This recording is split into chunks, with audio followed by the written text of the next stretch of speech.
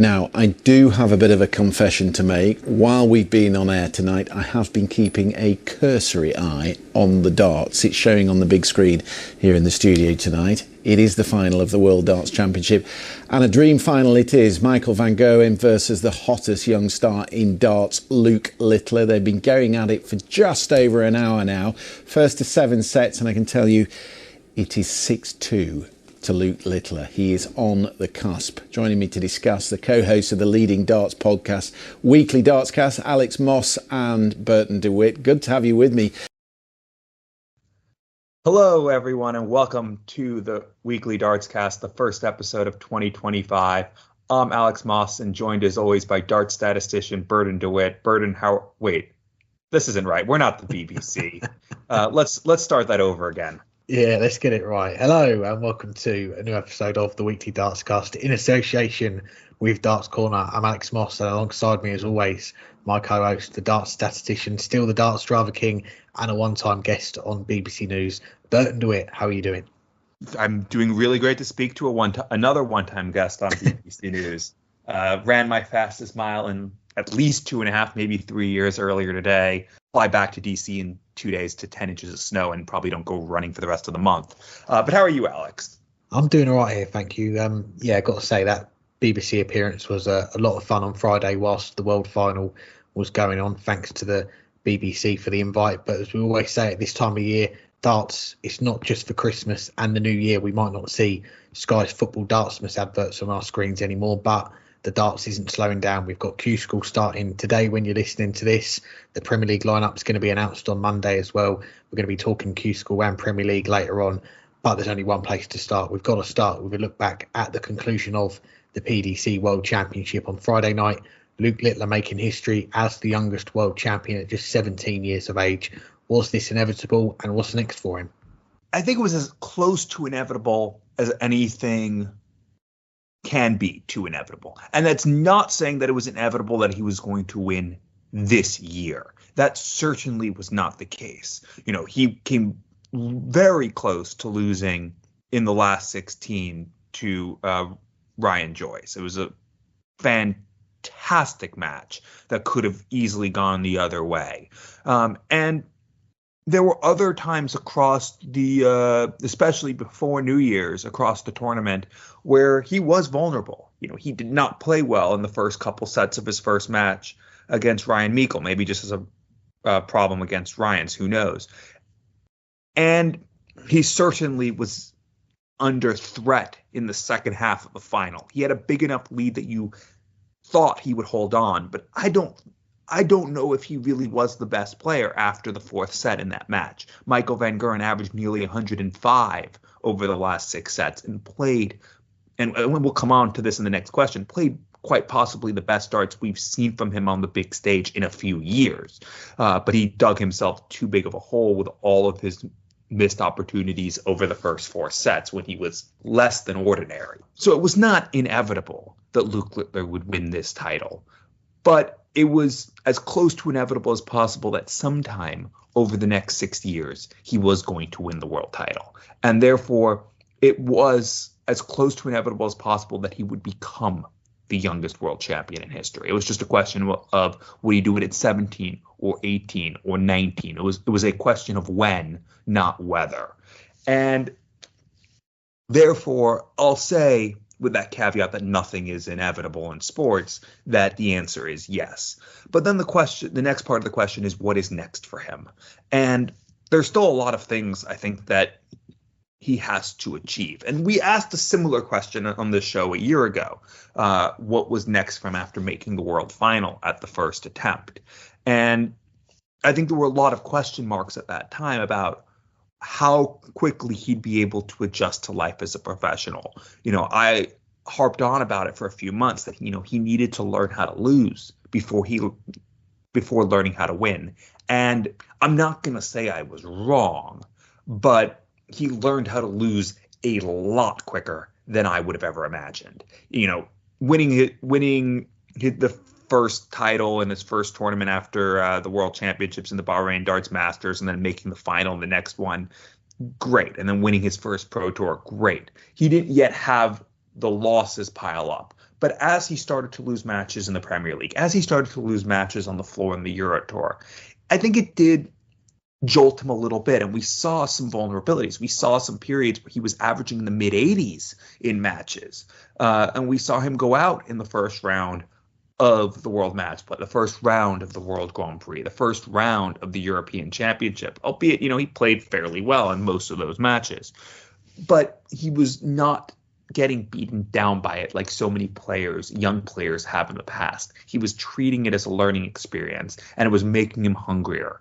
And what did he do after that? He won the Grand Slam. He made it to the final, the Players' Championship final. It was a very, very competitive match. And then he came through and won the World Championship, winning his last 3 matches without really facing much of a fight. He showed that there is really nothing that can stop him except someone playing better than him on the day. His mind is exactly where it needs to be, and his drive seems as high as ever. So what's next for him is to start collecting those titles. He hasn't. There's still 5 ranking majors. 6 if you include the Masters that he hasn't won. The goal for this upcoming year should be to win at least 2 of those, if not 3. And the other goal has to be to start moving towards world number 1. Luke Humphries is defending a lot of money this year, as obviously the world title at the end of the year, but also 3 other majors that he won at the back end of the year. Luke Littler is defending £2,500 before the World Championships. That's a big, big difference in terms of how much you have to defend. He has every opportunity to finish the year as the world number 1. And that has to be what's next for him. He has to put himself in that position to become world number 1, if not before the World Championships, then on the 3rd of January next year. I think that is what's next for him. Whether he can, the question is like this, not a whether, but when. And we'll see when that will be. Yeah, I think that's a fair assessment. And just touching on that, one of the last points you made there about defending £2,500, well, he's going to get that anyway, because he is going to be in the last 64, the 4th round of the UK Open as a top 32 player. So this year is going to be pretty much a case of add as much as you can to that order of merit, and who knows, maybe it will be Luke Littler, the first player to break the £2 million mark on the order of merit. We don't know, but I put that first part of the question in there. Was this inevitable? Luke Littler becoming a world champion in the PDC, getting his hands on the Sid Riddell trophy? Because for me personally, watching the last 3 days of the tournament and looking back on how it's all played out now, it kind of feels like this coronation of Luke Littler as the world champion was inevitable. It felt like only a matter of time before he would win the biggest prize that the game's got to offer. And when we last recorded a podcast, it was a day after the last 16 had come to an end. We'd seen Luke pushed all the way to a last set by Ryan Joyce, a match that went back and forth. Joyce kept pegging back from a set behind, but after that minor scare for Luke, he was able to pull away from his opponents for the next 3 rounds with relative ease. The quarterfinal against Nathan Aspinall, he went 2-0 and 4-1 up in sets. The semi-final against Stephen Bunting, he opened up a 4-0 lead in a race to 6 sets, and he was able to make a similar start in the final against Michael van Gerwen. 4-0 up is such a big lead to have, and for your opponent on the wrong side of that scoreline, it's a huge deficit to overcome. And we saw from that point onwards in the final, the next 6 sets, they were shared equally, 3-3, and Littler crossing that finishing line as a 7-3 winner. And the final itself, Littler's double 10 hitting really come to the fore, 12 out of 14. It's a remarkable level of accuracy on what is his favourite double, and to do it in the most important match in the biggest tournament as well.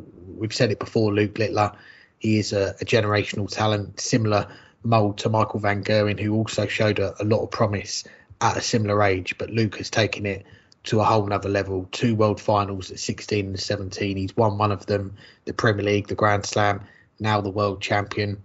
What's next? You'd imagine more of the same. He's had 12 months in the spotlight without a world title. He has now got that world title, but he takes it all in his stride, and you'd expect that to continue going into the rest of 2025. He is now a clear number 2 in the rankings, but I think in many people's eyes, Luke Littler, given the last 12 months he's had becoming world champion, he is the number 1, and he is at the top of the podium in darts right now. Well, let's talk about the person who was not top of the podium, but second in the podium in the World Championships, Michael van Gerwen, falling short in another World Final as his search for a fourth world title continues. But what can you take away from this Ali Pali campaign going into 2025?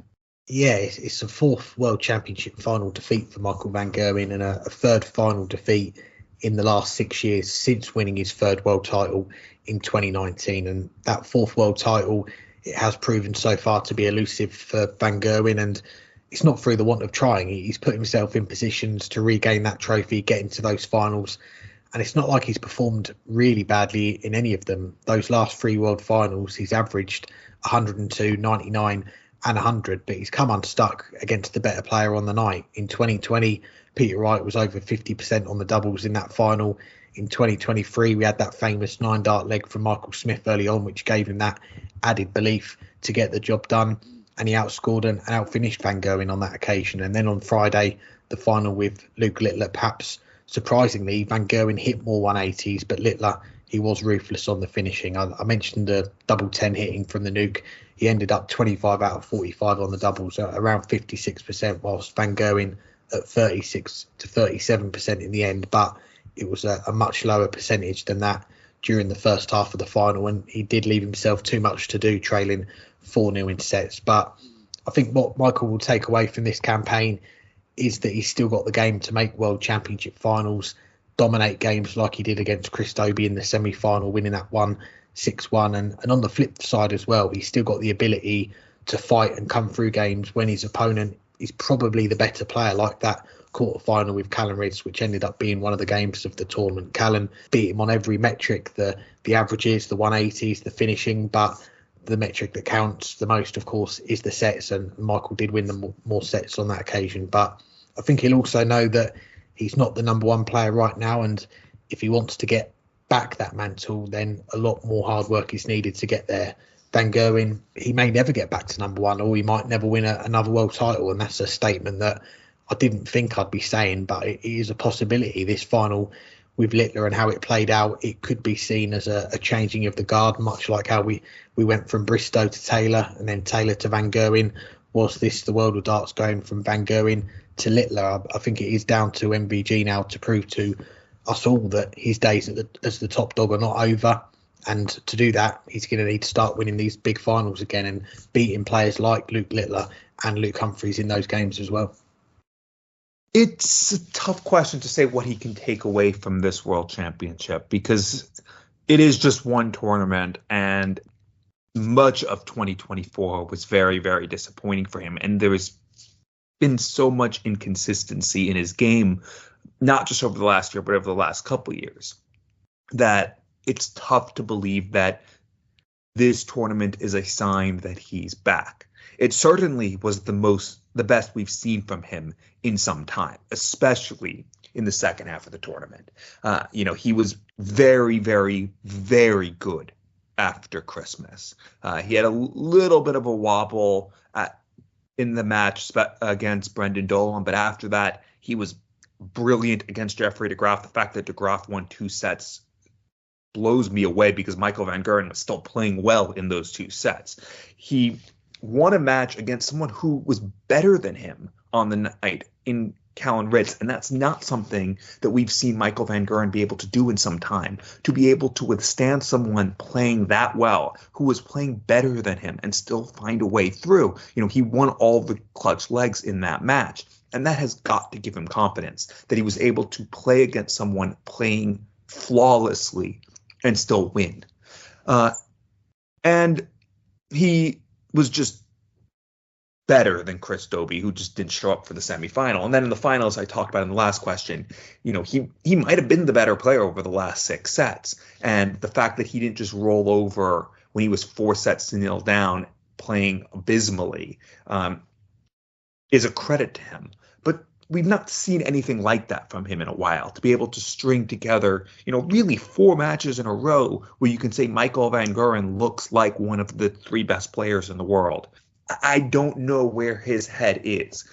And it makes me have to say, I don't know. I really don't know what he can take out of this tournament. Throughout the tournament, he was downplaying himself. He was, he wasn't saying that he was playing, he wasn't saying that he was no chance. He was saying he was playing well. But he was saying he was playing well even when he was averaging 98. He was saying he was playing well when he was averaging 101. You go back a few years ago, if he averaged 101, he would say he played rubbish. And it makes me just not sure where Michael van Gerwen's head is. He should take out of this tournament that he is still one of the best players in the world. And the fact that he was able to beat Callan Ritz in that match, I think, was the most impressive part of the week, followed by that fight back in the final against Luke Littler.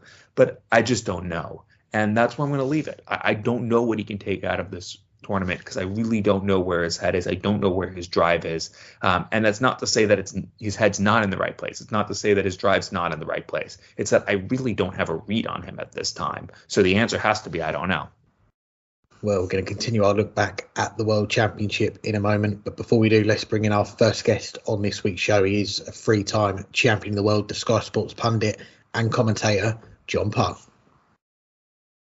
I'm pleased to say we're joined by the three-time champion of the world, the Sky Sports pundit and commentator, John Park. Thanks for the time again, John. How are you doing? You're very welcome. Yeah, not too bad at all. Not too bad wear-wise. It's exhausted the voice on the last few days, but I think it's okay. Yeah, thanks for agreeing to chat to us. We are talking still less than 24 hours on from the World Championship final. Luke Littler becoming the youngest champion at 17, beating Michael van Gerwen in the final at Ali Pali. How would you assess Luke's coronation, if you like, as a world champion last night? Well, he played a great game, obviously, and had a great championship overall. And I think what was really good about how he managed his lead, as opposed to, say, last year when it got away from him against Luke Humphreys. This year, as you know, Michael van Gerwen clearly wasn't at his best from the start of the match, but he kind of got himself going. He was down in a pretty big hole, 4 sets, and he was trying his heart out there. You could tell Michael was, but Luke managed to match every increase in play from Michael pretty much. I mean, Michael still ended up winning 3 sets, but I think if Luke had let down at all here or there, the end result could have been much worse for him. It might have cost him the win in the end, but sometimes you might have a dip though and come back up. But yeah, I just thought how he just managed to stay on top of Michael, no matter how good Michael got, was very impressive and needed to manage that match. 7-3 doesn't sound very close, but these things can slip into being very close without too much trouble and very quickly. And in the end, the 7-3 was a very good result considering how Michael was coming on. You were in the commentary box for all of the 10 sets, the whole final, alongside Dan Dawson. You've won 3 world titles, as we mentioned, but what's the feeling like being on the mic, calling the action in what is the biggest game in the sport? Well, it's good. Obviously, I'm a dart player and a fan of the game, and I like watching it. And what better place to watch? And it's always been kind of a privilege to try and share my feelings, my thoughts on what's going on. I feel like I have insights and intuitions even as to what players may be thinking. As Wayne Martel always reminds me, I don't know what they're thinking, which is true exactly. But I have a good idea a lot of the time, and I think it helps people at home. It really, if they don't have any, you got to remember there's a broad variety of people watching a game at any time, and I know there's a lot of quite knowledgeable people that watch the game, but there's others, and probably most of them don't. They might not have the instincts of understanding just why someone's on or off at any given time, and I try to help in that regard. Maybe explain why someone's tense or why someone's feeling good or that sort of thing. Basically, use my experience to help offer a better viewing experience. Is how I'd look at it. No, you guys do a great job, and it's such a long tournament as well, the World Championship, over those 2 or 3 weeks. Aside from the final last night, what were your highlights or moments that you're going to remember from this World Championship? Well, fortunately, I was in the box on both nines, so that was fun. Yeah, Krista Kist and Damon Hedda. I was a little, I was very disappointed for Damon. He just kind of evaporated at the end of that match, though, and I don't think it was in any kind of correlation to the nine, but I don't know. He just seemed to run, hit a few flat tires or something.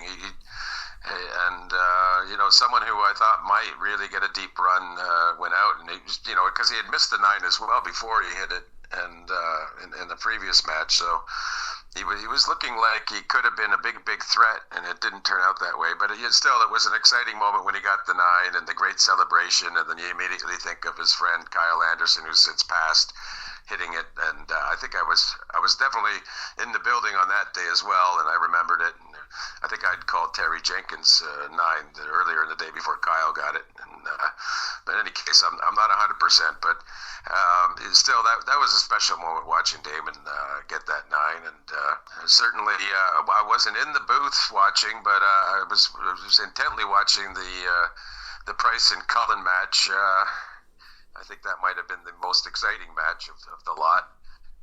Right down to the end, and we had a few right down to the end, but somehow it's always fun watching. Gerwen is great to watch, but Joe Cullen just somehow gets embroiled in these real classics, and once in a while he gets one of them, but he's taken some tough ones to take on the chin and try and come back again. But I guess I've seen some of his, or one of them post after, and he's motivated to get back on it. He's saying, hopefully, and. We'll see more of him, but very entertaining stuff. Yeah, that was an epic game, that Price-Cullen game. And at the start of the tournament, we heard the incredibly sad news about your Sky colleague and friend Wayne Mardle's wife Donna passing away. We didn't see Wayne on commentary during the tournament, understandably taking some time away. You two have known each other for a long time. How difficult was it this year not having Wayne at the championships? Well, it was just terribly difficult in general. Just forget the darts. It's just knowing Wayne and Donna and what they meant to each other and how they function and their lives together. It's just so sad, and very difficult time in that sense. And even just the timing of it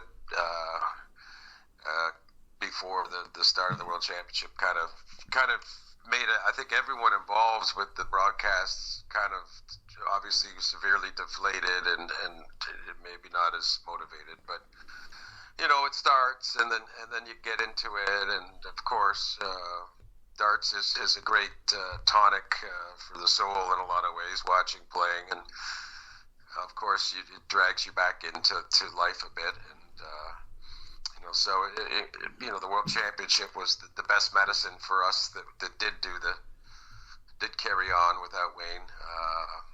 Certainly with Wayne in our hearts, but we'll all be looking forward to seeing him return. But he'll have to do that in his own time. It's just one of those things that you wouldn't want to rush him, or whatever he wants to do, he should do. And he's got to figure that out. And he was missed for sure, but I guess the darts itself helped the rest of us just kind of get motivated and excited, and that a lot of the time what makes an entertaining match, it isn't us talking about it, it's the darts itself, and we can maybe enhance it a bit, but it was just a really sad mood overall. And then the quiet moments thinking about it, and but certainly there was so much excellence in the darts, and so many big upsets and things like that. It was a topsy-turvy actual event, so I think that helped keep our minds maybe on the darts a bit, because we had to focus. It was a lot going on. Definitely. Well, a couple more on the World Championship, and then we'll get on to your darts. Barry Herney said recently the tournament's going to go up from 96 to 128 players. Nothing's been confirmed yet, but what's your thoughts on that potentially happening?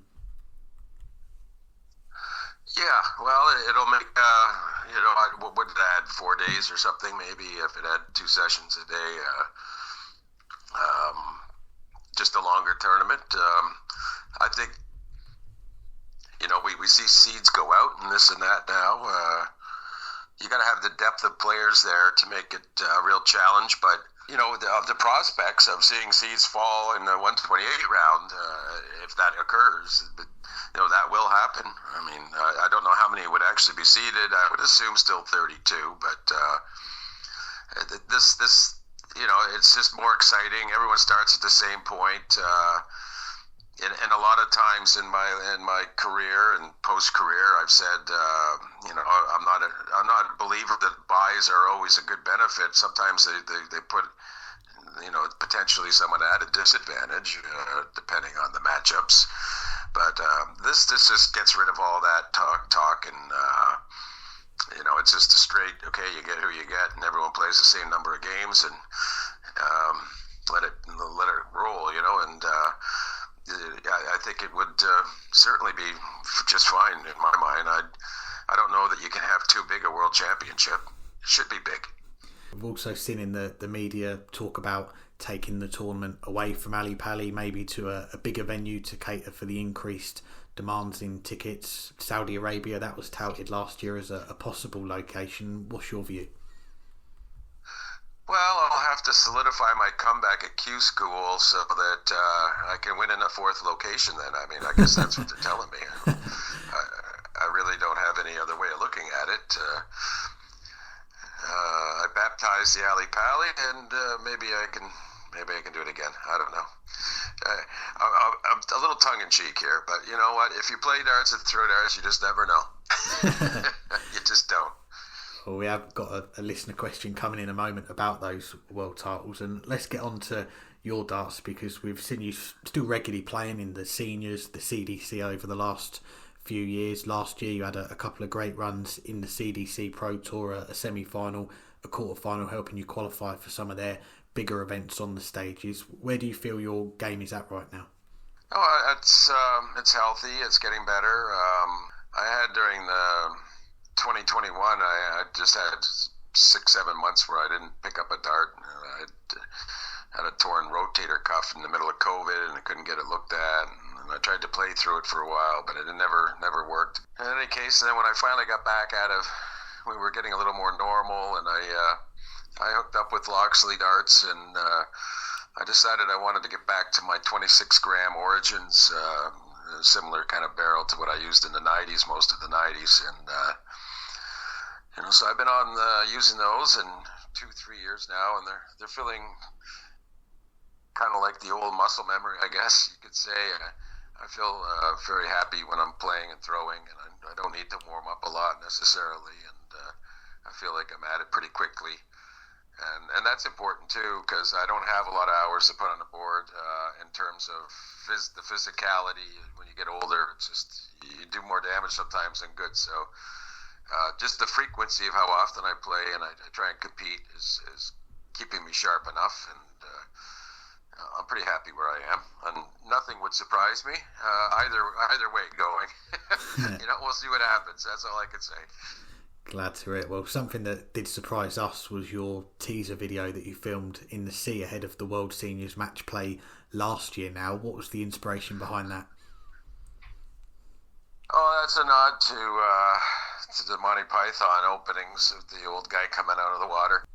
It felt like a bit absurd, so yeah, I thought, okay. I had a location. I thought, okay, this works. We're in the seniors. Well, it was all the old guys. I don't know. Now it's getting younger and younger, but that was sort of the tie in there. Anyway, was it Michael Palin that who was quite a young man at the time of doing it, but he'd get all the wig and beard on, and he'd just about make it out of the water, right? So, well, that's about how you feel maybe playing the seniors sometimes, so... It seemed like fun, and it got a nice reaction, so that was good. And I only needed the one take, and it was actually a beautiful warm day and lovely water, so had a little swim after once I got off the dark clothes.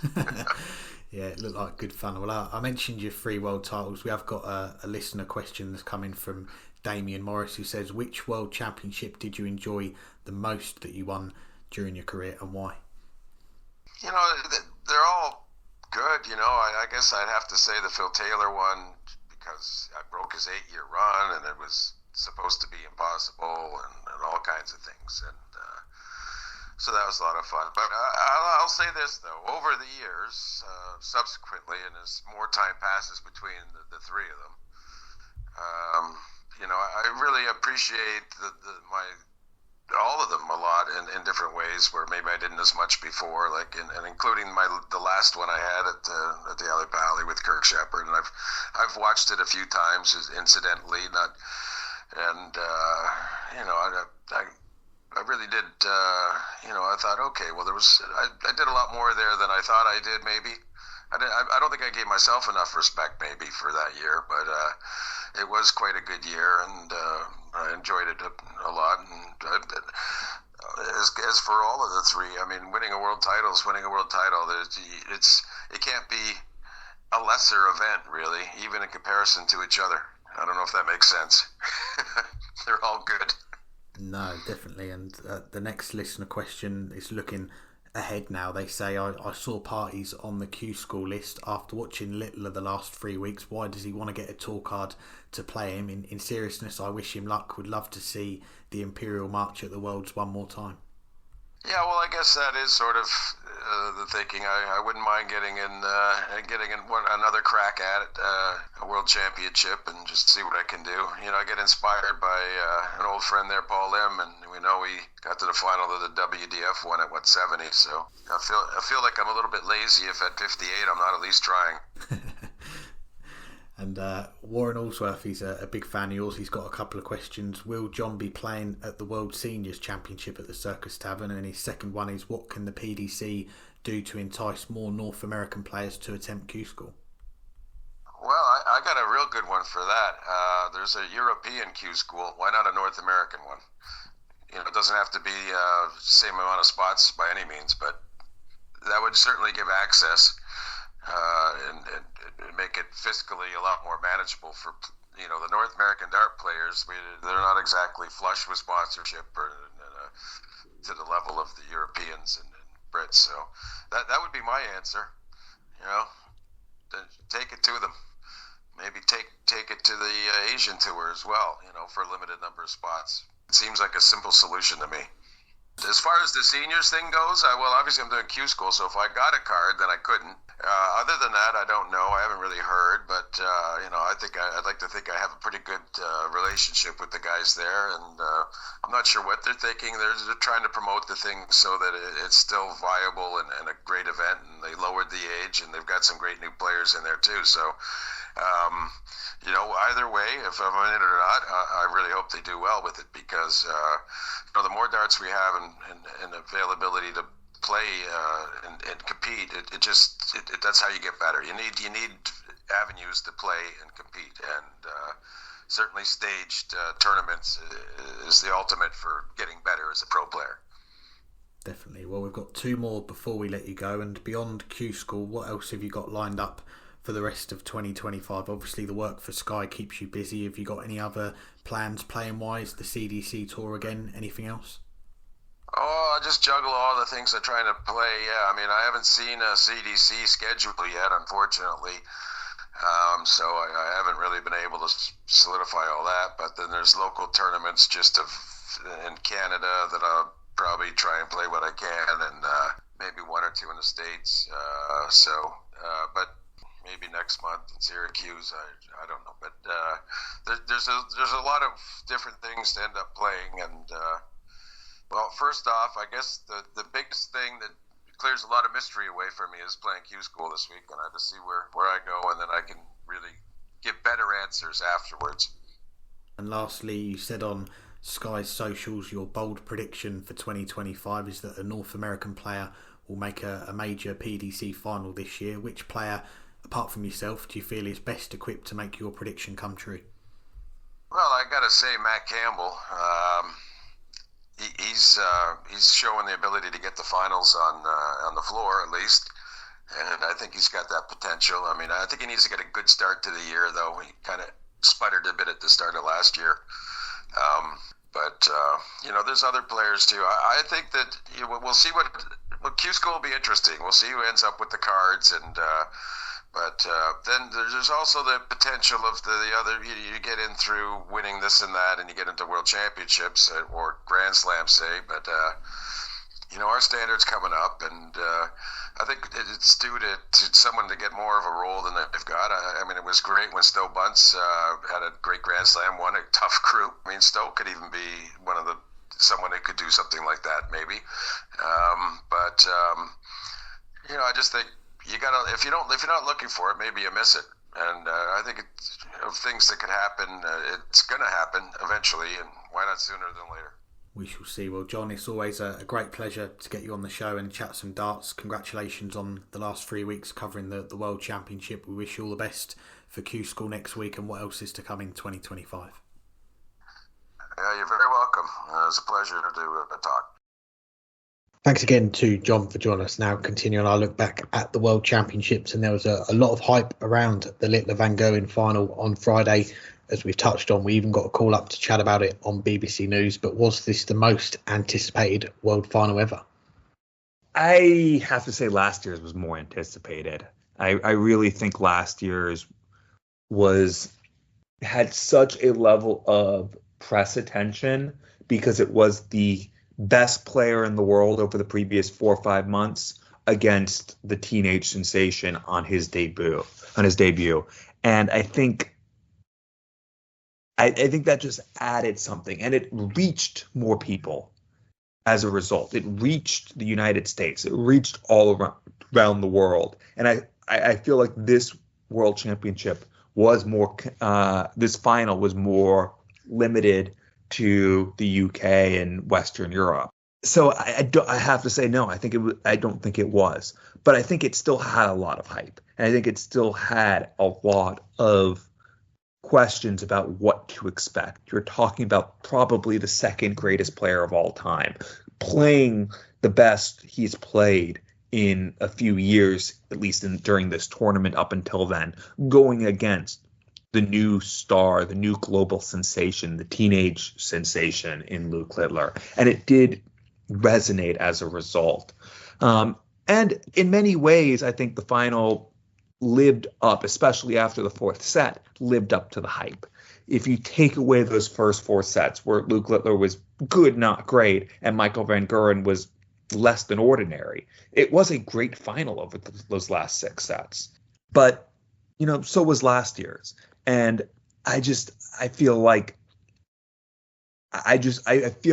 both before and after, the attention and the atmosphere was stronger last year. And I think there were also other world finals that, had a similar level of hype, even if darts was still a little bit more niche. Phil Taylor's last final, because it was Phil Taylor and because he made the final in it, and the fact that he was going against someone who had just beaten Michael van Gerwen in one of the greatest matches ever played to make the finals on debut, the player who was having the year of anyone in Rob Cross. I think that final had a lot of hype, maybe even more than this one, especially within dart circles, because it was Phil Taylor's last. And then just a few years before that, when Phil Taylor went against Michael van Gerwen, where you had the new star, kind of like we had here, going against the veteran, then 15-time world champion. I think that one might have had, within dart circles, an equivalent level of hype. So I'm not going to say no. I think this is probably, I'll put it the third highest level. I think last year's was certainly higher. I think 2018 was certainly higher. And I think 2013 was pretty much the comparable one. And I think at least within dart circles, it was the same. But that said, as far as reaching outside of the darts universe and outside of people who normally watch, this was ahead of 2018. This was ahead of 2013, and it probably trails only last year. So it's either second or third, depending on which metric you're looking at. But that means the answer to this question has to be no. Yeah, I'm with you there. And this was our question of the week, sponsored by Condor Darts on Twitter as well. And the poll on Twitter, we can only put 4 options on there, but the vote was fairly close on all the 4 finals that we did put on there. You had Humphreys Littler 22%, Taylor Van Gerwen 22%, Van Gerwen Littler 23%, but the winner of our vote was Raymond van Barneveld Phil Taylor 2007, the winner of the vote with 33%, and a few of our listeners getting in touch as well. Dean Constantine saying Barney v Taylor is the greatest game. It was huge. It made the sport what it is today. I don't think it will ever be surpassed. I am Vinci saying, considering the growth of the sport, yes, the Smith, Van Gerwen and the Luke finals increased the darts popularity massively. Now we have the worldwide famous kid against the guy who's won everything multiple times. And Crampsey, the last one from our listeners, saying, going with another final, they said Gary Anderson, Phil Taylor from 2015. And I'll be honest, I think you can make a strong argument for any of the 4 finals we put in our poll, and some of the ones that you mentioned there, Burton, the Taylor Cross game in particular, and Van Gerwen Littler. It felt like a big game as soon as Littler won that second semi-final the night before, and we knew it would be those two meeting each other the following night in the final. There was a lot of excitement and hype around it, but in a strange way, and you touched on it, I think Humphreys Littler the year before felt bigger and more anticipated, and I think the early viewing figures on Sky suggest the same thing, that the numbers were still very impressive for this year's final, but they were down on last year's, which really did capture the general public interest, that game, when it was Littler at 16 years old against the player who was not the number one yet, but in many people's eyes was the current best player. Taylor Van Gerwen, that was a huge game as well, but I don't think it cut through to the mainstream like those 2 finals involving Littler. My own opinion, I'm going to go with Barney Taylor. I was only 11 or 12 at the time, and I was just getting into darts. I'd been following it for a few years by then, but even as a kid, I felt the magnitude of Barney and Taylor meeting in a world final. Barney's first PDC World Championship after switching from the BDO because he wanted to play field to see who was the best player in the world. And if social media was as big back then as it is now, I can't imagine how much hype there would have been. But even without that, you could tell how big that game was, and it lived up to the occasion as well. Yeah, and one thing I forgot to say when I was giving my answer was I was limiting myself since 2012, since I was watching, because I can't be able to go back and guess what the hype was before final, before I was paying attention. I meant to say that. Let's finish up our recap of the World Championship with one more question, another World Championship in the books. Can you give us, Alex, your personal top 3 moments from the last 3 weeks? Well, first of all, I've got to give an honourable mention again to our cameo on BBC News during the final. We got asked on the afternoon of the final, so it wasn't something that was planned ages in advance, but it was great to be invited and on such a big platform and talk some darts, and obviously get the plug in for this podcast as well. But I'm not going to include that in my top 3. I'm going to stick with moments that happened on the Oki, and do get involved if you're listening. Email weeklydartscast@gmail.com or get in touch on our social media channels. Let us know your favourite 3 moments from this PDC World Championship. For me, number 3, it's going to be Rashad Sweeting's performance on debut, the first player from the Bahamas to play in the World Championship, and in particular that 180, the Cole Palmer celebration afterwards. We had the pleasure of chatting with Rashad on this podcast a week or so before his debut, and going into that chat, I wasn't sure what to expect because I'd never seen an interview of his before, but he was such a nice and likeable guy. He had an interesting story, told it in an engaging way as well, and when his debut came round against Jeffrey de Graaf, he lost 3-1 in the end, but went 1-0 up, had darts to go 2-0 up, and that 180 to leave 7-7. He admitted afterwards, I did it for the crowd. The conventional route with 74 left is, with 1 dart in hand, is usually the treble 14 or treble 18, but he went for the 180, and the celebration as well, inspired by a fan who had messaged him earlier that day and said, can you do this celebration if you get a 180? Yes, stories like that you don't see very often. They usually come up in the World Championship. So yeah, that's my number 3. Number 2, I mentioned it in one of our episodes during the tournament, Reece Griffin, a friend of the show, winning on debut in round 1 against Karol Sedlarczyk 3-0. We had a watch party in the Crofters, the pub here in Bolton he plays for, on a Thursday night. We had his teammates and friends, and that 80-1 tip from Simon, his former captain of the team, for Reece to hit 2 180s in each set. When that came in and when Reece won the game, it was a very memorable day. And number 1, you probably guessed it, Peter Wright rolling back the years in quote marks to beat Luke Humphries 4-1 in the last 16. It was a vintage Peter Wright performance to knock out the top seed, the defending world champion, in emphatic fashion, and just reminded everyone that, okay, Peter Wright, nowhere near as consistent as he was before at that world-class level, but on his day, he still can produce the goods and mix it with the best and beat the best. And that's a game that I won't forget for a long time. Well, I expected that there. The very first thing on my notes is, I'm sure you'll have Peter Wright's performance against Luke Humphries. And I was right. And I have that as an honorable mention. I do think that deserves an honorable mention. I also have Rashad Sweeting's 180 as an honorable mention. It was probably my number 4. And the other honorable mention I had was the breakthrough of the Asian players, which I talked about on our show around Christmas. Pablo Nebreda winning 2 matches, including over Ross Smith. Alexis Toilo playing really well up to his potential, a win for the Hong Kong qualifier as well.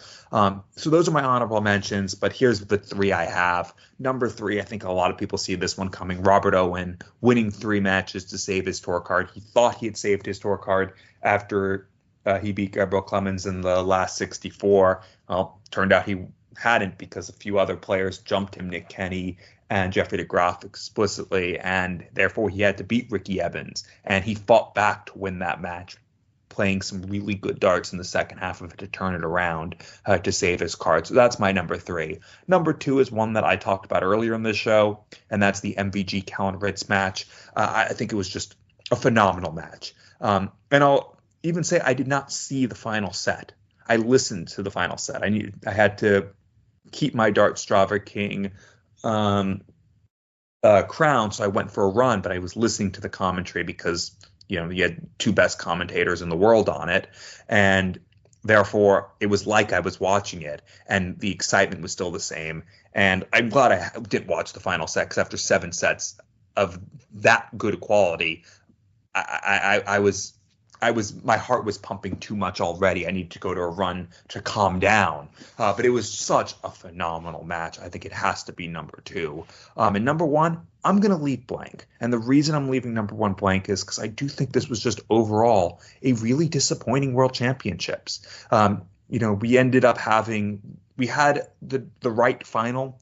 We had at least for the final 6 sets, a very good final. We had some good matches, but overall, this might be the lowest quality World Championship, or at least compared to the standard over the course of the year, that I've seen in my now 14 years watching the World Championships. It really just disappointed me. We had a few good matches, but then we went on the last 21 matches, or 21 consecutive matches right before Christmas, where none of them went to the 5th set. And many of them were players averaging in the low 80s.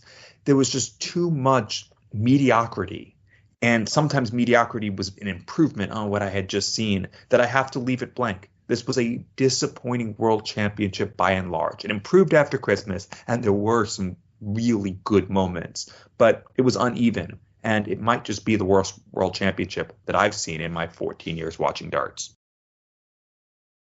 Well, there we go. Those are our favourite moments from the World Championships. Let's switch gears to another World Championships. We recently had the WDF World Championships at the Lakeside. Let's bring in our final guest on this week's show. He is the reigning men's champion at the Lakeside. He's heading to Q School this week. Here's our chat with Shane McGuirk. I'm pleased to say we're joined by the reigning WDF men's world champion, Shane McGuirk. Thanks for the time, Shane. How are you doing? Yeah, I'm all good. How are you? Doing well here, thank you. And it's great to get you back on the show. Lots to catch up on. But before we do that, I'm sure you were watching last night's events over at Ali Pali, the PDC World Championship final. Luke Littler making his own slice of history, winning the title at 17 years of age. What did you make of it all? Yeah, I think he dominated from the start, and pretty much he did what everyone needs to do, and to get a good lead at the start, especially in the final. You need to get a good lead, and he done that. And then I think it was up to Van Gerwen to try to catch him, but when he got the 5th set, I think it was too much to handle then, and he just kind of just took his time to get there towards the end. Well, Luke, he is the new holder of the PDC World title. You've got your hands on the WDF's World title after your exploits at Lakeside a month ago now. What has the last month been like for you as a world champion? Yeah, it's been busy. People know me now, and it's weird. People ask for your picture a lot, and that's something definitely I'm not used to. But I'm enjoying it, you know. I'm enjoying talking to people as well, because I love talking about darts and just talking to new people, and it's good. Like, it's good for around here locally wise, like, because we've never really had anything like this, but now we have, and I'm hoping it's going to push the darts around here on a good bit. Definitely. Where's the weirdest place you've been recognised so far? I don't know. I think it's just out in the shops. Like, I wouldn't really recognise out in the shops, and I was just walking through the shopping centre and people just come up and take a picture with you and then walk on, or just on the street. Like, and even at work, people are coming in to me and asking for pictures and all. So it's definitely all new to me. So. Well, it's well deserved, and we saw on your social media you were celebrating with friends and family back home in Ireland. Did they throw a party for you when you got back from Lakeside? Yeah, it was. As soon as we got home, we got straight back to the airport and then head down the road. And I was told to call to my local clubhouse, and went over there, and there was about 300 people waiting on me, which I hadn't a clue about, which was very nice. You know, they were all lined up outside as I was walking in. Definitely nothing that I thought I'd ever get, but I loved every minute of it. And then went to my local pub where I played for the pub team. All my darts mates were there, and they were all waiting for me then after that. So we had a good night celebrating over it. Brilliant. And you made your own bit of history as well, the first senior world champion from the Republic of Ireland. We saw Neil Duffy become the first Northern Irish world champion at Lakeside a few years ago. But what does that accolade mean to you as the first player from your country to do it as well? Yeah, it's a privilege, really. I was the first Irish one to win the Irish Open as well, to get into Lakeside. So that I thought was my peak at that time. But then I went on and to win Lakeside and debut, I never expected it. So I was kind of just relaxed through the whole thing. Just seeing how many games I could win. Never expected to get to the final or anything like that, especially without dropping the set. But I think that I did everyone proud at home, and it's great for us to get it, because Ireland Darts is on the up, and I think in the next few years everyone's going to know about it. Definitely. Well, we'll come back to Lakeside later, but I was having a look earlier. I mentioned it before we started. The last time we had you on the show in 2019, you were on with my co-host Burton just after you won your first PDC title on the development tour. That was your last year playing on the development tour. So how pleasing was it to pick up that title before going completely into senior darts? Yeah, it's always good to end with a win in the whole tour. Like, it was good. I made 3 finals, I think, that year, and to finally get over the line was good. It was probably my best win till probably the Irish Open, I think. And then after that, obviously Lakeside. But it's something that no one will ever take away. You did win on the development tour, and I'm very proud of it, like, too. So I can't wait to move on to the next level and try to win on either the Challenge Tour or the Pro Tour. Yeah, I won't go through every dart you've thrown since then, but there's a few tournaments to touch on since then. Q School in 2021, you were very close on the final day to getting a PDC tour card, losing out to Danny Baggish in the last day. I think you finished 1 point off on the order of merit. How tough was that to get over being so close, or did it give you added motivation that you weren't far away from getting on the tour? Yeah, it kind of showed me what I was capable of doing, and how capable I could actually go in the game. It's probably kept me going up till now. Probably put a lot more time in since around that. But I think that it was hard to take, because it's something everyone wants, and you know, you had it close, and I think I missed 1 dart to beat Danny, I think, that day, and it was there. Like, I didn't know that would have got me through, but the way it worked out, it would have got me in, and it's hard to take after that. But I bounced back, I think, well enough from it, and I think that going into next week's Q School, that I'm playing as good as I've ever played, and hopefully this is the time. Yeah, definitely. And later that year, you did get a taste of the Pro Tour. You were a top-up player for, I think, 3 of the Players' Championship events. What was that experience like?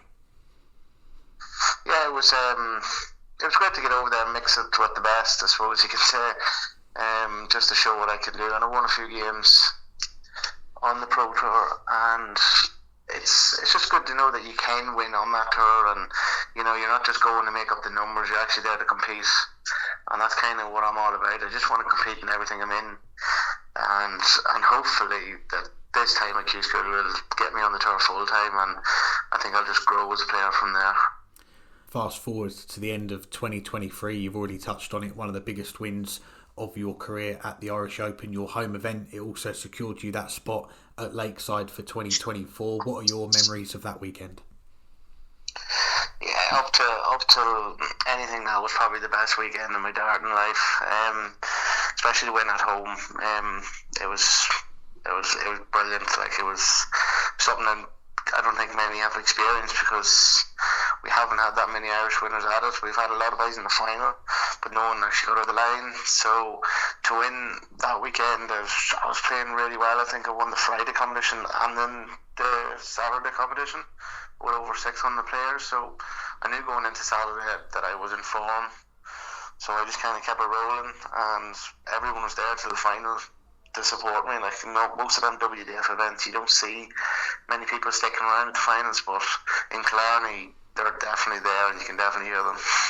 Yeah, and the Irish Open is one of the most popular open events on the darts calendar. You mentioned about 600 players there. It's one that I've got on my bucket list to attend one day. For myself and any of our listeners who haven't been, how would you sell it to us? It sells itself, I think. If you look at any of the past streams that there was of it, you can see, like, up to the finals day and everything, the places does be packed. I went to a few WDF competitions, and you normally see when the finals being played, you could have just a couple of people there watching it, because everyone else has gone home or just faded out to a restaurant or a bar or anything like that. But at the Irish Open, they're all glued to it, no matter who's in the final, if it's an Irish person or not. But they're all there, and they're all watching it, and they all get involved with the singing and the songs, and I think the atmosphere is good all weekend, and it's run very smoothly. So there's that there as well, and I think that everyone should give it a go. Yeah, you definitely sold it to me. Well, that win was in November 2023, so a full year before Lakeside. In between, obviously, you've had things like Q School, the Challenge Tour, where, depending on results, you could have missed out on Lakeside. So when did the focus fully switch to the WDF World Championships and getting yourself ready for that event? I was kind of committed to playing the WDF after Q School, after not getting my tour card there. I knew that I'd have to go to the Challengers kind of as practice for it. I kind of was saying to myself, this is your year, you're in it, so you might as well give it a good shot. Try to win your first two games, because it was on first 2 days in the weekend, and I had my flight booked home after my second round game, so I came home and I had to go back to work Monday and Tuesday, and then I flew back over to play Wednesday. So I never really thought I was going to get past the first weekend, because you never know what way you're going to react to the crowd, the stage, the cameras and all that stuff. So luckily enough, I took to it well, and it all worked out. Yeah, you definitely took to it well. A winning debut on the Saturday, beating Mark Barilli 2-0, then another whitewash against Edwin Jorbjornsson 3-0, and in that game, the perfect 9 out of 9 on the doubles. I saw Paul Nicholson joke on Twitter, you should change your nickname to Mr. Perfect, but you said you're sticking with the arrow. Where did that nickname come from?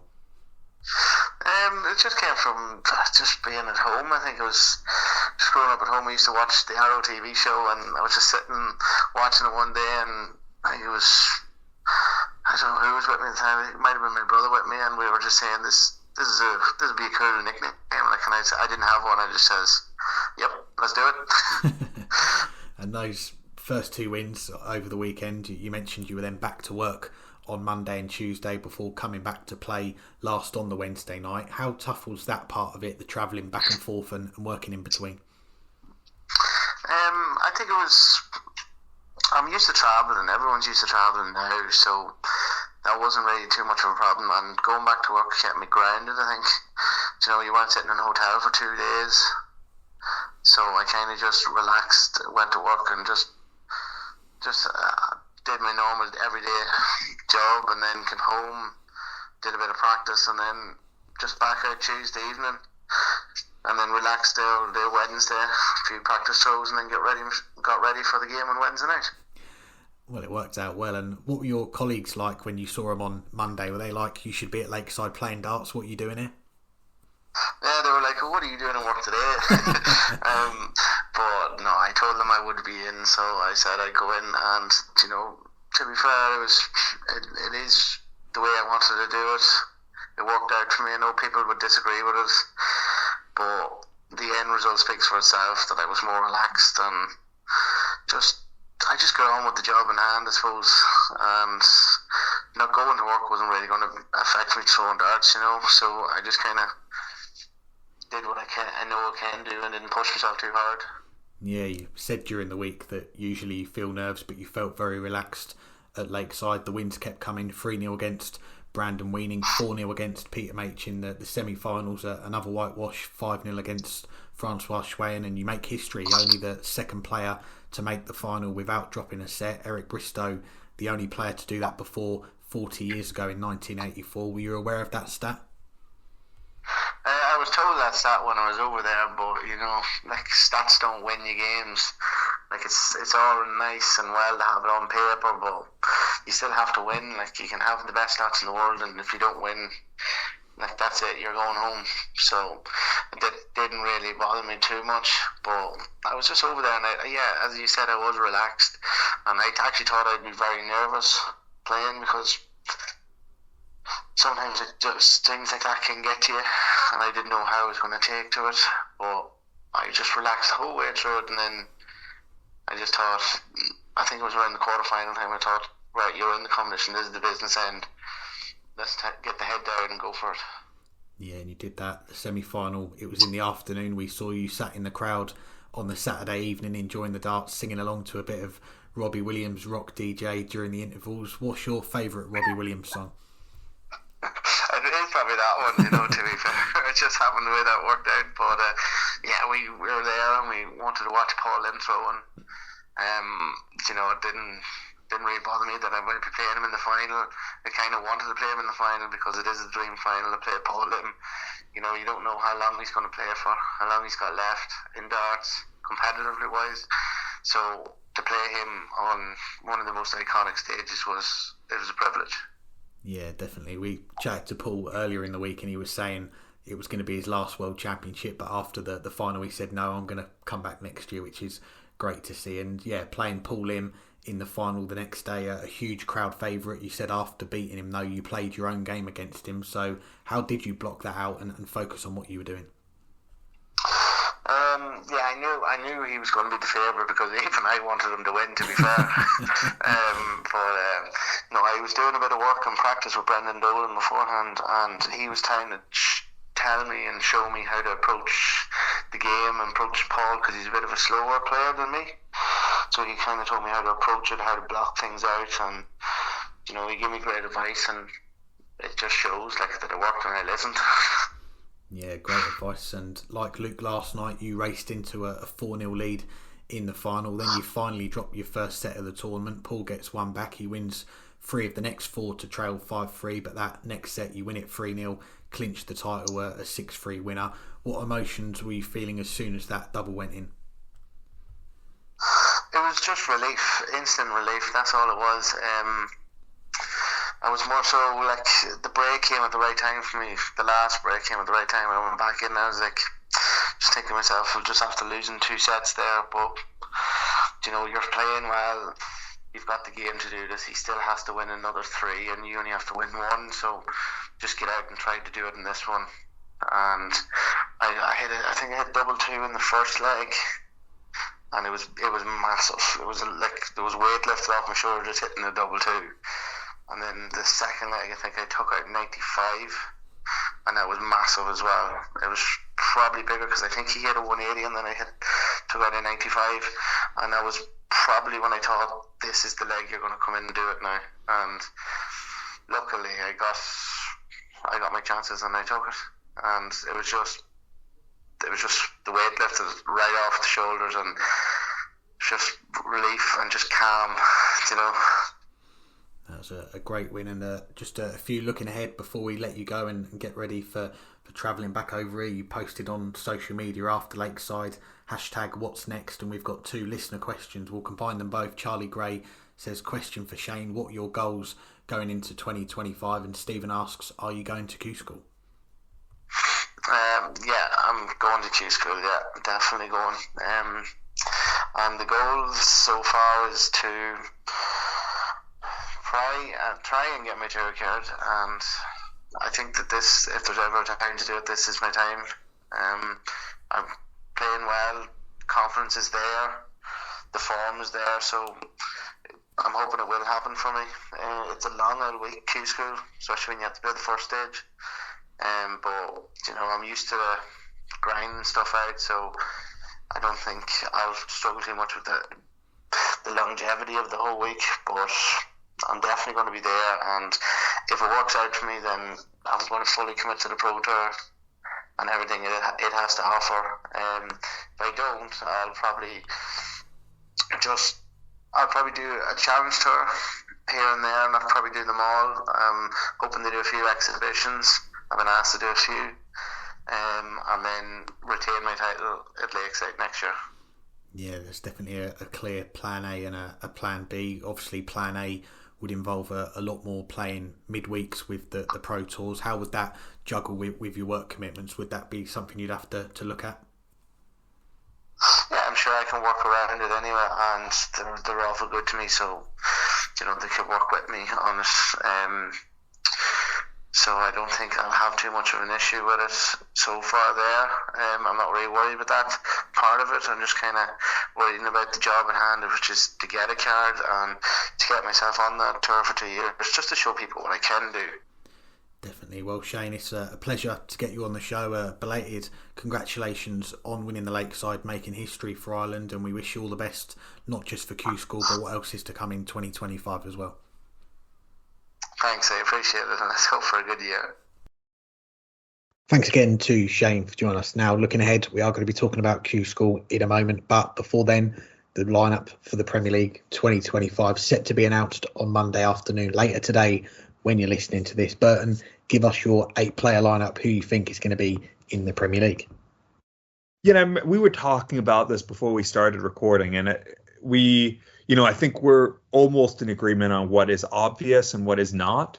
I won't give away who you're picking, obviously. But I think the big difference is I think there are 6 people who are clearly in. You think there are 5 who are clearly in. And then it's just a question of who fills it out. Assuming it's the same criteria, the top 4 will be in. And the top 4 in the order of merit after the World Championships are Luke Humphries, Luke Littler, Michael van Gerwen, and Rob Cross. And I even if they change the criteria, I don't see any of them being left out. And I also don't see Stephen Bunting, off of his best year in the PDC, including a trip to the semifinals of the World Championship, I don't see him being left out either. Those 5 are obvious. And I think Chris Dobie, at least to me, is obviously in. And it's not just because he made the semifinals of the World Championship, but I think that iced it. But it's the fact that I think he had one of the best seasons over the course of the year. He didn't match it on television up until the World Championship. But he did match it off of television. He won 3 Players Championship events. He also had 2 semifinals on the European Tour. And he was the number 1 seed at the Players Championship final. He definitely needed a run at the World Championships to get in. But I think the run at the World Championships, coupled with everything else he did off the big televised stage this year, I think he's in. And I would be surprised if he's left out. But that leaves 2 spots. The obvious next answer is Gary Anderson, but he, unless he's had a change of heart, he talked himself out. He said he's not interested. And if he's not interested, then I'm not going to put him in. And beyond that, there's no one who really jumps out. Dave Chisnell, the next player in the rankings, is 2-9 on television since the UK Open, and many of those were really, really poor. Now, he was battling some injuries, but he didn't do anything to make me think that he's going to get selected. You look, Mike DeDecker, I think he probably played himself out with his loss in the second round of the World Championships. I think the same for Danny Noppert. And maybe, Dimitri Van den Bergh didn't lose in the second round. And he probably was the next one in line, having also won the UK Open, had a deep run at the World Match Play. But he lost in the third round of the World Championships to nil. Did he play himself out? I think so. Martin Schindler won 2 Euro Tours, but he didn't get past the last 16 on television at any of the majors this year. Ryan Searle, Damon Hedda, they're both right there or thereabouts, but they're missing that big televised run. Hedda made the semifinals of the UK Open, but that's about it. The player who I think has done the most to play himself in over the last few months is Ryan Joyce, but he's way too far down the rankings. At least I think he is. Honestly, though, he's the player I think who most deserves it based on what they've accomplished over the last few months. I think, if I'm going to throw a dark horse in, it's Ryan Joyce, because everyone else has played themselves out. Ryan Joyce has tried to play himself in over the last few months, but I still think he's too far down the rankings. And that becomes the question of, did Gerwyn Price or Peter Wright or Johnny Clayton do enough at the World Championships to get them in? Or is there someone else who we're overlooking, maybe even also Nathan Aspinall at the World Championships, especially if he's healthy now? And I just don't know, but I have to pick 2 of them. So having to pick 2 of them, I'm going to say Johnny Clayton has played himself back in. And I'm going to say Gerwyn Price is going to stay in. So I'm going to go for the 2 Welshmen. But I don't feel confident about it at all, because there's 6 obvious choices. And then, pick a name out of the, or pick 2 names out of the hat for the rest. Yeah, I think we've said it on the show last year, towards the back end of last year. This decision on who's going to be in the Premier League for 2025, probably the most open it's ever been. First of all, you mentioned it, the rule in place from the PDC, the top 4 on the order of merit after the World Championships, they receive an automatic spot in the Premier League, unless your name is Justin Pipe. If you remember that chat that he had with you, Burton, in one of our early years doing this show, still one of the most memorable guests that we've had on. Go and find that episode and have a listen if you haven't listened to it. But the top 4, so that's Luke Humphries, Luke Littler, Michael van Gerwen, Rob Cross, and then that leaves 4 spots up for grabs in this current format in the Premier League of 8 players. And yeah, like you, I think Stephen Bunting now at world number 5, the Masters champion, that run to the semi-finals at Ali Pali, and not just that, but I think the way Sky built him up during the Worlds, calling him the people's champion, the interviews on stage afterwards, the crowd reaction. He's a huge crowd favourite, and he'll be in the Premier League, that's for sure. He'll be back in it. The other 3, it's very tricky. I think you could probably ask 100 of our listeners and they'll give you 3 names and you'll get a lot of different answers. Matt Porter, the PDC chief exec, he's been asked a few times during the World Championships in interviews about the Premier League, and he said it's going to be an interesting announcement. You can't argue with that because we're all talking about it. And he also said whatever decisions we make, as long as people are talking about it, we've made the right decision. And that I don't quite agree with. The Premier League, we've both been open on this show in recent years. We've said it's not our favourite tournament. We very rarely watch it these days. The current format of the nightly tournaments doesn't really interest us particularly, but it is still a massive event on the calendar. And you asked the 128 tour card holders, there might be 1 or 2 that wouldn't want to be in it, but I think make no mistake about it, you get the call up, you're going to say yes. So those last 3, joining Humphries, Littler, Van Gerwen, Cross and Bunting, I'm going to go like you. I'm going to go with Chris Dobey. My other 2, you had Gerwyn Price as well. I'm going to go with him, but I'm not going to go with Johnny Clayton. I'm going to go with Damon Hedda to take that last spot. And just to finish, I'd love to see Peter Wright get in it, but I think he needed to beat Stephen Bunting, or at least make that game a lot more competitive than it was. And Mike De Decker, who you mentioned, I agree with you, that early exit at the World Championship put paid to his hopes, unfortunately, because I think if he was to get in, he would be an excellent addition. But the PDC might just give him another year to build on what he's done, and I'd not be surprised if he makes that Premier League debut in 2026. And we'll have one more question. It's not about the World Championships. It's not about the Premier League. It's about the other thing about to start, and that's Q School. It might have already started by the time you're listening. It's starting on Monday for the first stage. The PDC's Dream Factory opens its doors again on Monday as Q School takes center stage, or we should say Q Schools, because there's both the UK and the European one. Can you give us 3 picks from UK and 3 picks from Europe that get their tour cards? Yeah, 2 Q schools, one in England, one in Germany. A total of 877 players have entered the Q schools this year, which is a record number of entries. There's 29 tour cards on offer. I've said it before, it's probably the most exciting week of darts to follow, where you don't get to see the darts going to board. We're all going to be glued to Dart Connect at the back end of this week, following the scores and the excellent dartsrankings.com, which I'm sure most of our listeners know about by now, which is real-time updates on the rankings and who has and who hasn't got their tour cards secured yet. But the 3 biggest names in Q School this year, I'd say Simon Whitlock and Mervyn King, 2 stalwarts of the game who both lost their tour cards at the end of last season. And the other one, Bo Greaves, the women's world champion. We don't know how much of the week she's going to be playing in. She might just play a couple of days so that she can play on the Challenge Tour this year. We've seen her take her career progression at a very steady pace, and I think dipping her toe into the Challenge Tour for a few weekends this year seems like the next logical step for her, because she has already said that she's going to be going back to Lakeside at the end of the year to try and defend her women's world title. But nevertheless, great to see her in the field at Q School. As for my picks, I'll start off with the UK.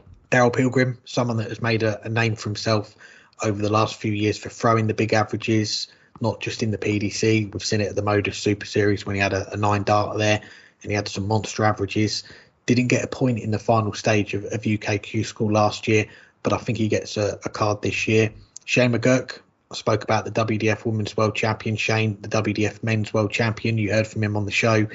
He's been 1 win away from a tour card before.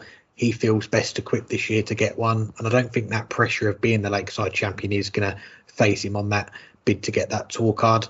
And then my last UK one, I'm going to go with Justin Hood, a player I've been quietly impressed with over the last few years. Look back to last year's Q School, picked up 4 points. I can see him get a tour card this year.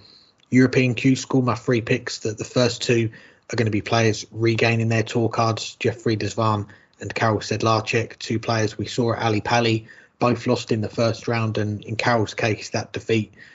And then other results like De Graaf and Rob Owen making the last 16 saw him finish 66th in the rankings. I think he's going to bounce back and get his card, as will Desvan. And then my last one, probably a popular pick amongst our listeners, a similar vein to last year with everyone picking Wesley Placier, and it didn't quite pan out for him, but he ended up getting his tour card via the Challenge Tour. But Jimmy Van Ski, if he can produce his game, he's a very likely contender to come away with that tour card. And if not, 2025 I still expect to be a good year for him, and he may go down that Placier route on the Challenge Tour, get one through that and get his card that way.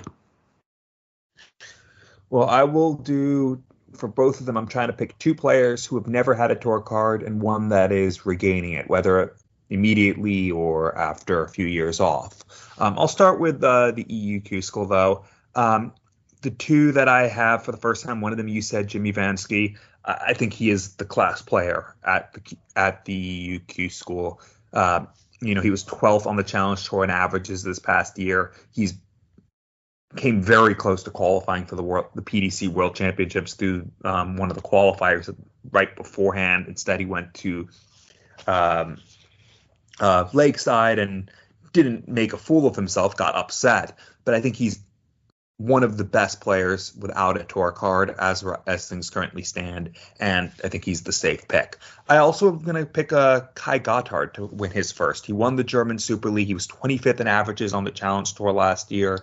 He's a player who's continuously been improving, and he played fairly well at the World Championships as well. So I'm going to pick him to win his tour card for the first time. The player I have from the European Q School to win back their card is another player who played at the World Championships, went out at the first hurdle, but certainly didn't make a fool of himself going against one of the toughest draws he could have in Ryan Joyce, and that's Darius Labanauskas. Labanauskas fell off the tour a couple of years ago because he'd really been struggling, but especially after about April or May of this past year, his level improved significantly. That's why he qualified for the World Championship through the Nordic and Baltic Tour. He also got up 23rd in the Challenge Tour in terms of his averages. He was a player who was getting back to the form that got him to a World Championship quarterfinal 5 years ago. He was playing not, as good, but getting back in that direction. And I think he wins back his card. Over in the UK Q School, I'll go in the opposite direction. I'll start with a player I have to win it back. And it's not a player who, up until a couple weeks ago, I thought I would be saying, because he was 173rd in averages in the Challenge Tour this past year. But, he just played out of his skin to win the ADC title, and that's Devin Peterson. Clearly back playing good darts again after some brutal few years. And, remember, go back around, to 2020 when he won a Euro Tour and finished third that year in terms of averages in the Players' Championship events. He was one of the best players on the planet. He was a player who was in the outside of the conversation to get into the Premier League the way he was playing at the back end of that year. But he fell off a cliff. He has the game, and if he has the confidence and if he's firing, I think he wins it back. And then I'll go with the two that I think win it for the first time. One of them, you also had him, the Lakeside champion, Shane McGuirk, top 10 in averages in the Challenge Tour. As you said, he came within a match of winning a tour card a couple years ago. I think this is the year he gets it. He showed no fear at Lakeside and didn't drop a set until the final. Granted, I think the competition at Q School will be a little deeper, but whatever throws at him, he's willing to take. And I'm going to go for one of the people that you mentioned as one of the star players. And it will destroy their planned schedule for this coming year. But them's the breaks, and that's Bo Greaves. I think she's just too good. Even if she only intends to play one day, I could see her doing enough on that one day to win the tour card outright.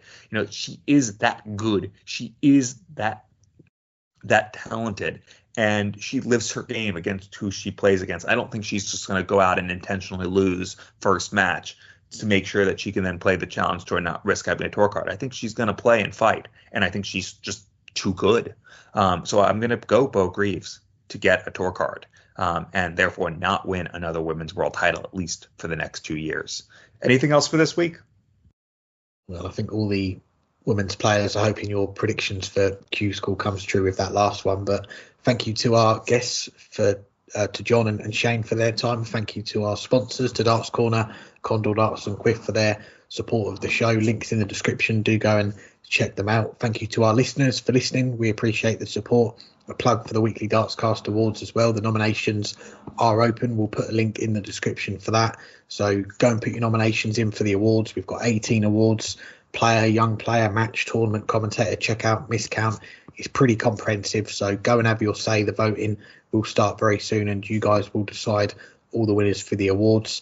But until then, still time to enjoy the darts. We've got Q School getting underway very soon. So get Dart Connect open and continue to enjoy the darts. Yes, and of course, since you won't be able to watch them, all you'll be able to do is load Dart Connect and hang tight until the scores post.